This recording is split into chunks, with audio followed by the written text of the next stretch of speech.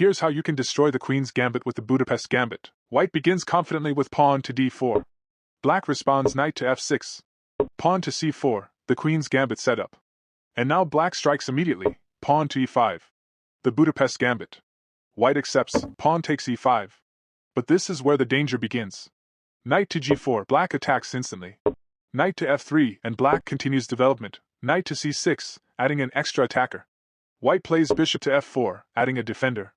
But black plays bishop to b4, check. White blocks with knight to d2. Black calmly prepares the trap, queen to e7. White tries to chase the bishop, pawn to a3. And now the strike. Knight takes pawn on e5, sacrificing the bishop. White captures bishop on b4.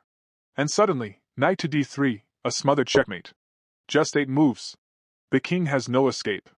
Now there's a deadly trap. If white pushes forward, pawn to d5. Black develops aggressively, bishop to c5. White plays typical bishop to g5, attacking and pinning the knight to the queen. But black sacrifices the queen, knight to e4. And after bishop captures the queen on d8, the game ends instantly. Bishop takes f2, checkmate. Just 5 moves. One greedy capture. And the king is already dead. There's another deadly trap when white plays knight to d2, a very common move. Black hits the center with pawn to e5. White takes the pawn on e5. Black jumps in with knight to g4. White tries to push it away with pawn to h3. But the knight goes to e3 instead, attacking the queen.